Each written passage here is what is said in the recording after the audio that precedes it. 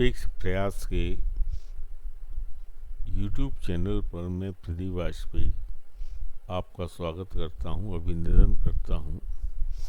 पिछले सत्र में हमने एजीएल एसोसिएटेड जनरल्स लिमिटेड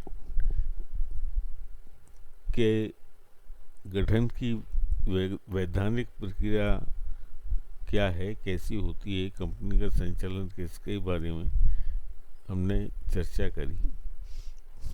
आज इस सत्र में उसके बाद की जो घटनाएं हैं उसके बारे में हम अपनी चर्चा को जारी रखेंगे। मुख्य रूप से जो बात प्रचारित की जाती है कि एजेएल एक राजनीतिक दल की कंपनी है। इस तथ्य को हमें, जो हमारे ऑडियंस हैं या इस देश की जनता है, उसको सामने रखना पड़ेगा कि कंपनी किसी राजनीतिक दल की नहीं होती। वो शेयर होल्डर्स होते हैं और शेयर होल्डर्स अपनी राजनीतिक पार्टी के नहीं होते हैं, वो कंपनी के सदस्य होते हैं। कहने का तात्पर्य ये है कि एजीएल किस राजनीतिक, उनका शेयर होल्डर्स का झुकाव किसी विचारधारा या किसी राजनीतिक धारा के साथ में हो सकता है, मगर कंपनी के संचालन में कौन सी विचारधारा किस राजनीतिक दल से उसके सदस्यों का संबंध है, इसका कोई उसका जो है ना प्रभाव कंपनी के संचालन के ऊपर नहीं पड़ता। कंपनी का संचालन कंपनीज एक्ट के हिसाब से होता है और कंपनी एक्ट के प्रावधानों के हिसाब से ही उसका संचालन किया जा सकता है, अन्यथा ये चीज़ संभव ही नहीं है। तो हमने आपको पहले भी बताया कि हर साल कंपनी अगर अपने व्यवसाय को जारी रखती है तो उसका एक लेखा जोखा होता है, जिसे मैंने आपको बताया कि प्रॉफिट एंड लॉस अकाउंट बनता है और जो उसकी बैलेंस शीट है वो बनती है। और ये दोनों डॉक्यूमेंट जो हैं, ये कंपनी अपने ऑडिट के लिए जो इंडिपेंडेंट ऑडिट है, कंपनीज एक्ट में इसके स्पष्ट प्रावधान है कि कौन ऑडिट कर सकता है और उसके अपॉइंटमेंट की क्या प्रक्रिया होती है। उसमें कंपनी का जो मैनेजमेंट है उसे ये अधिकार नहीं है कि वो ऑडिटर को अपॉइंट कर सके। प्लस जो बोर्ड ऑफ डायरेक्टर है वो प्रस्ताव शेयर होल्डर्स की जो आम सभा है, जिसे हम एनुअल जनरल मीटिंग कहते हैं, उसमें प्रस्तावित करता है कि उसका ऑडिटर कौन होगा और उसकी टर्म्स कंडीशन क्या होंगी। टर्म्स कंडीशन भी जो है ना कंपनीज एक्ट के हिसाब से निर्धारित रहें, पूर्व निर्धारित हैं। अगर कंपनी ये चाहे कि उसके प्रावधानों के अनुसार जो है ना ऑडिट होगा, ऐसा संभव नहीं है। ऑडिटर स्वतंत्र होता है और वो अपनी रिपोर्ट भी जो है वो शेयर होल्डर्स को प्रस्तुत करता है, बोर्ड ऑफ डायरेक्टर्स को वो प्रस्तुत नहीं करता, क्योंकि उसका जो उत्तरदायी, उसकी जो लायबिलिटी है वो शेयर होल्डर्स के लिए होती है। जो कंपनी का जो बोर्ड ऑफ डायरेक्टर है, उसका चेयरमैन जो है या दूसरे पदाधिकारी हैं, उसके लिए उसकी लायबिलिटी, उसका उत्तरदायित्व उनके उसके लिए होता नहीं है। तो हर साल ये प्रक्रिया की जा रही होगी, अनिवार्य प्रक्रिया है। अगर आप कोई कंपनी इसमें उसका उल्लंघन करती है तो उसको बहुत सीरियसली लिया जाता है, और उसका जो पदाधिकारी हैं उसके ऊपर जो है ना, उनके ऊपर मुकदमे जारी होते हैं, जो क्रिमिनल लायबिलिटी भी उसकी जो है ना उस बनाई जाती है। अर्थात ये है कि ये प्रक्रिया सतत प्रक्रिया है, और जब तक कंपनी का विघटन नहीं हो जाता, लिक्विडेशन नहीं हो जाता, तब तक इस प्रक्रिया का कोई रोक ही नहीं सकता। एक साल के बाद में दूसरे साल जो है ना, अगर आप अपने अकाउंट्स क्लोज नहीं करते तो वो आगे का काम कर ही नहीं सकते, कंपनी वो चल ही नहीं सकती। ये एक अकाउंटिंग जो है उसकी जो है ना एक प्रक्रिया है, और एक बार आपने एक साल का ऑडिट कर दिया और शेयर होल्डर्स ने उसको एक्सेप्ट कर लिया, उसको मान्य कर लिया, तो उसमें बात कोई चेंज हो ही नहीं सकता। वो अकाउंट जो है ना डेड हो जाता है, अर्थात वो उसमें संशोधन की जो है ना कोई प्रीवियस डेट से फिर से अकाउंट नहीं लेके जा सकते, उसमें कोई अमेंडमेंट, कोई जोड़ना घटाना हो ही नहीं सकता। कहने का तात्पर्य ये है कि लिक्विडेशन एजीएल के होने के पहले तक उसका कंपनी एक्ट के हिसाब से उसका प्रॉफिट एंड लॉस अकाउंट हर साल रखा गया होगा। क्या वो नुकसान में था, क्या वो प्रॉफिट में था, क्या उसकी संपत्ति थी, क्या उसकी लायबिलिटी थी, कब लायबिलिटी ज़्यादा बढ़ी, कब उसका घाटा हुआ, कैसे हुआ, क्या हुआ, ये सब हर साल जो रजिस्ट्रार ऑफ कंपनीज हैं उनके पास में के अकाउंट रखे गए होंगे। कहने का तात्पर्य ये है कि एक दिन में ना तो कंपनी घाटे में जाती है, और उसकी कंपनी की जो संपत्ति है वो तो कभी खत्म हो ही नहीं सकती, वो किसी के नाम पर चढ़ाई ही नहीं जा सकती। मगर जैसे खबर आती रही और समाचार पत्रों में और न्यूज़ चैनल में, आज की तारीख में तो जो है ना इलेक्ट्रॉनिक मीडिया बहुत ज़्यादा जो है सक्रिय है, उसका बहुत अधिक व्यापक जो है हमारी पॉलिटिक्स पे असर पड़ता है। तो इन तथ्यों को सामने नहीं रखा गया कि जो एजीएल है वो किन कारणों से उसका नुकसान हुआ, ऑडिटर ने की क्या भूमिका थी, कौन सी उन्होंने जो है ना अनियमितता, जैसे रेगुलरिटी कहते हैं, उन्होंने जो है ना दृष्टिगत अपने शेयर होल्डर्स को बताई, उन्होंने उसकी रिपोर्ट क्या दी, इसके बारे में कहीं कोई जो है ना हमारे यहाँ चर्चा होती ही नहीं है,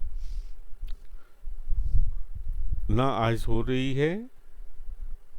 और ईडी का आगमन तो बाद में हुआ है, ये तो मनी लॉन्ड्रिंग का केस तो जो है ना बाद की घटना है, उसका विश्लेषण अलग दृष्टि से किया जा सकता है।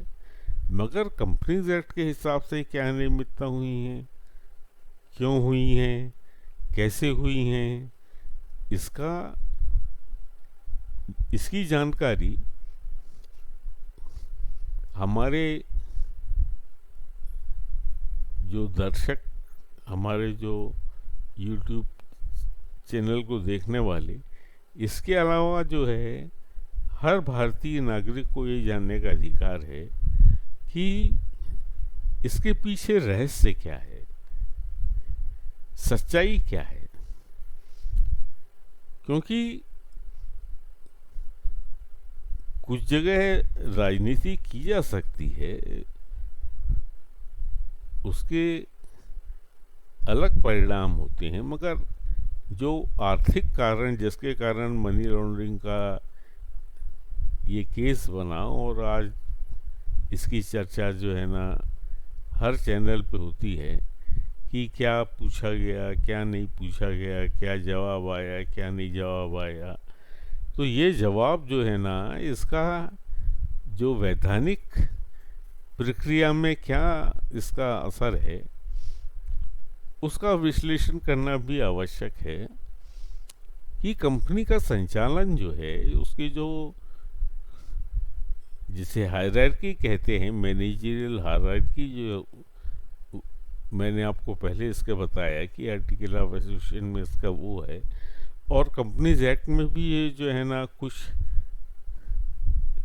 स्पष्ट प्रावधान है कि कंपनी के जो अलग अलग पदाधिकारी हैं उनकी क्या रिस्पॉन्सिबिलिटी है और कौन से पदाधिकारी ऐसे हैं जो अनिवार्य रूप से कंपनी के संचालन के लिए रखा जाना आवश्यक है, और उनके क्या अधिकार रहेंगे, उनके क्या कर्तव्य रहेंगे, वो रिस्पॉन्सिबिलिटी जो है ना ये कंपनीज एक्ट में निर्धारित है। उसमें अगर मैं सबसे ऊपर देखूं तो कंपनी का संचालन बोर्ड ऑफ डायरेक्टर, जो संचालक मंडल होता है, उसके हाथ में रहता है। संचालक मंडल में एक संचालक को जो है ना नियुक्त किया जाता है। संचालक मंडल के सदस्य आपस में मिलके उसके चेयरमैन को जो है ना उसका वो करते हैं, और उस चेयरमैन का काम सिर्फ संचालक मंडल के उस एक जो मीटिंग होती है उसको प्रिसाइड करना, उसको जो है ना संचालित करना, उसका ये काम होता है। और इसके अलावा जो है ना वो कंपनीज के जो दूसरे पदाधिकारी हैं वो कंपनीज एक्ट के बोर्ड के थ्रू ही जो है उसके माध्यम से ही जो है ना उसका संचालन कर सकता है।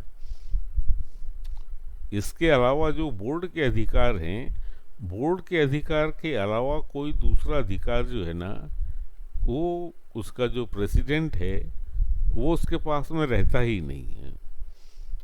तो बोर्ड ऑफ डायरेक्टर्स के जो रेजोल्यूशन होते हैं, डायरेक्ट कोई संवाद, कोई मौखिक प्रक्रिया नहीं होती बोर्ड ऑफ डायरेक्टर के संचालन की। अगर बोर्ड ऑफ डायरेक्टर कोई लिखित में, राइटिंग में कोई जब अपना रेजोल्यूशन पास करता है, बनाता है और कोई डायरेक्शन देता है, तो ही जो है वो उस निर्णय को मान्य किया जा सकता है। तो ये जो ट्रेजरर हैं ये कंपनीज एक्ट के हिसाब से होते हैं, और कंपनीज एक्ट में उल्लेख है कि इनके क्या अधिकार होंगे, क्या नहीं होंगे। कंपनी का जो सेक्रेटरी है ये भी एक वैधानिक प्रबंधकीय जो है ना पद है, डेजिग्नेशन है, और उसके क्या अधिकार होंगे, उसके अधिकार मूलतः है कंपनीज एक्ट के प्रावधानों का पालन कराना और बोर्ड ऑफ डायरेक्टर की मीटिंग के लिए आवश्यक सुविधाएं, आवश्यक जो कि board of director companies act के हिसाब से काम करे, उसके हिसाब से संचालन करे, इसकी जिम्मेदारी कंपनी के सचिव या कंपनी के सेक्रेटरी की होती है। तो ये दो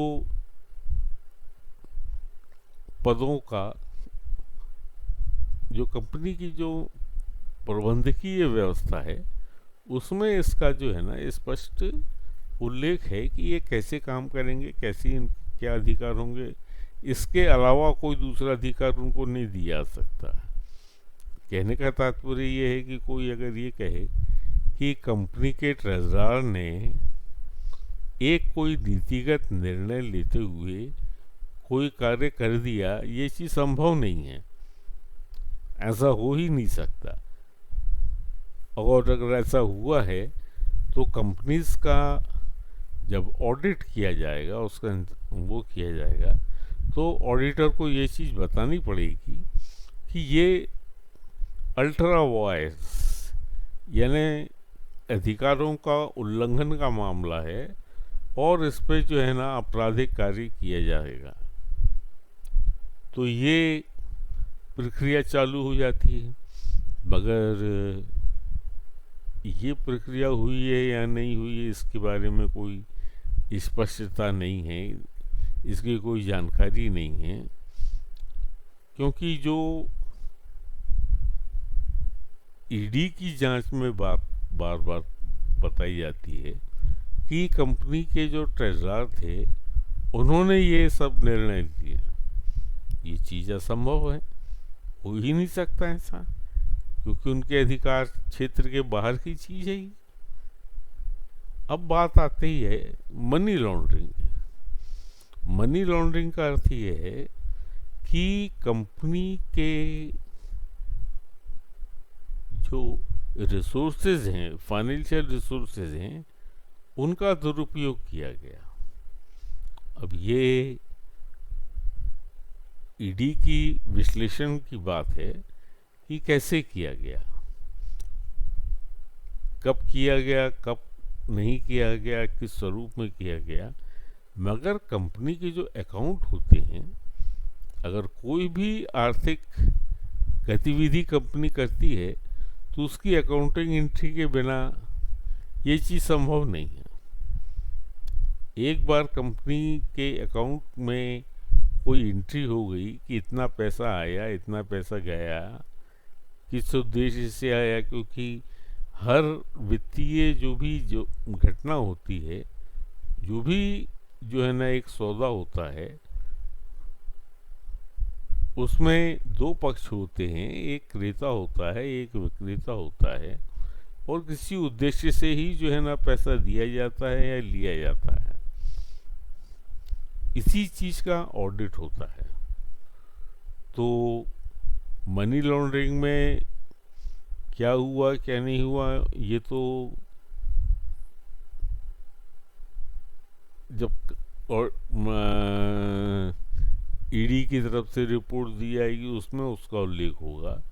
मगर अभी जो भ्रामक स्थिति बनी हुई है कि लॉन्ड्रिंग लॉन्ड्रिंग लॉन्ड्रिंग, अगर किसी ऐसे सोर्स से कंपनी को पैसा मिला जिसकी अकाउंटिंग एंट्री पास नहीं हुई है, तो वो उसके वित्तीय खातों में नहीं आ सकती। और अगर कंपनी को पैसा मिला है तो आप ये नहीं कह सकते कि आसमान से टपक गया। कहाँ से आया है इसको आपको स्पष्ट उल्लेख आपको अकाउंट में करना पड़ेगा, उसकी अकाउंटिंग एंट्री बनानी पड़ेगी, क्योंकि कंपनी का जो है ना बैंक अकाउंट होता है और जो भी पैसा आता है वो कंपनी के बैंक अकाउंट में आता है। और बैंक अकाउंट में अगर कोई चीज़ आ गई तो आप उसको अपने वित्तीय खातों में शामिल करना या नहीं करना, ये कंपनी का ये विकल्प रहती। लेखा पद्धति के हिसाब से ये विकल्प है ही नहीं। हर आय का आपको अपने अकाउंट में जो बैंक के थ्रू आया है या और दूसरे किसी सोर्स से आया है, इसका आपको स्पष्ट उल्लेख आपको जो है ना करना पड़ेगा। तो आज के सत्र में मेरा आपके सामने एक निरपेक्ष विश्लेषण करने का उद्देश्य ये है, इसका कोई राजनीतिक नहीं है। मगर अगर इसका राजनीतिक माहौल खराब करने में अगर इसका उपयोग किया जा रहा है, बिना इस बात की चर्चा किए हुए कि संवैधानिक स्थिति क्या है, क्या ईडी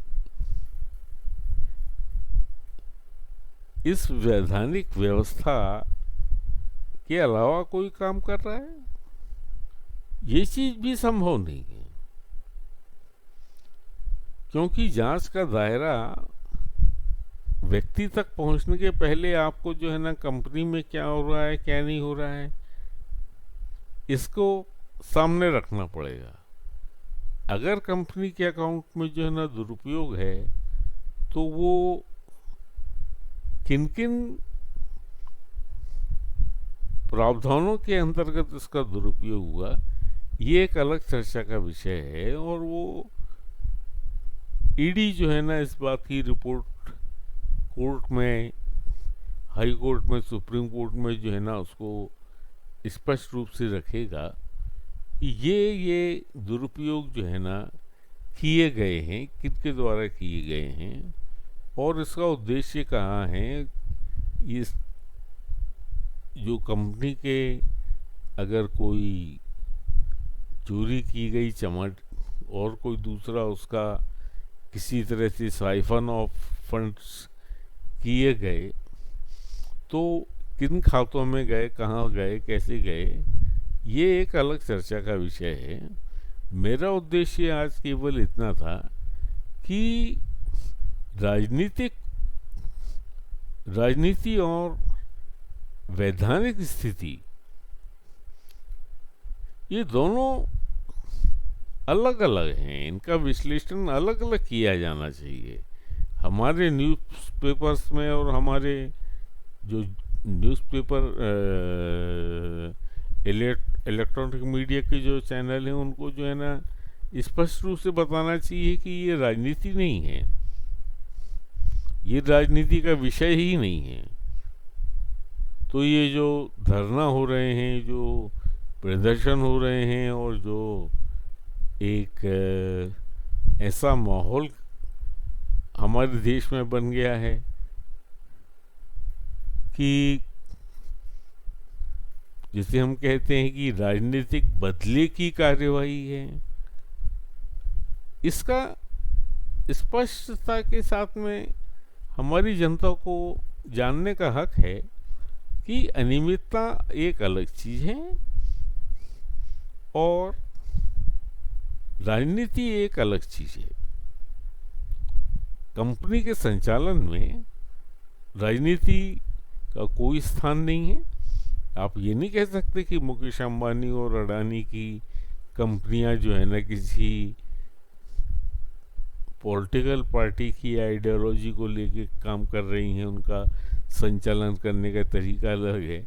अगर ऐसी स्थितियां बनने लगें तो देश का आर्थिक ढांचा जो है, हमारा स्ट्रक्चर जो है, वही कोलैप्स कर जाएगा। ये तो बड़ी जो है ना विरोधाभास वाली बड़ी हास्यास्पद स्थिति बन जाएगी, जो हमको एजुकेट करना पड़ेगा अपनी जनता को कि इस दृष्टि को सामने रख के आप एक निरपेक्ष भाव से काम करें, समझें बात को, और फिर जो है ना इसके राजनीतिक जो भी आंदोलन होते हैं या जो भी उनके पीछे उद्देश्य क्या है, क्या किस कारण जो है ना वो इसका विरोध कर रहे हैं, उसकी पृष्ठभूमि क्या है, इस चीज को समझने की जरूरत है। वैधानिक आधार पर जो है ना जनता को समझना चाहिए, उनको समझाना चाहिए कि राजनीति क्या है, अनियमितता क्या है, भ्रष्टाचार क्या है, मनी लॉन्ड्रिंग क्या है। ये सब चीज़ें अलग अलग हैं। कहीं जाके ये जो ना इकट्ठा हो जाती हैं, मगर इसका विश्लेषण जो है, इसका एनालिसिस जो है, वो स्पष्टता के साथ किया जाना आवश्यक है। इस सत्र में जो भी हमने अभी तक चर्चा करी उसका उद्देश्य केवल इतना है कि अवेयरनेस जो है उसको एक सही दिशा मिलनी चाहिए, और उसी दिशा में हमें क्या हो रहा है राजनीति में, वो उचित है या अनुचित है, इसका निर्णय लेने का अधिकार जनमानस को होना चाहिए। धन्यवाद।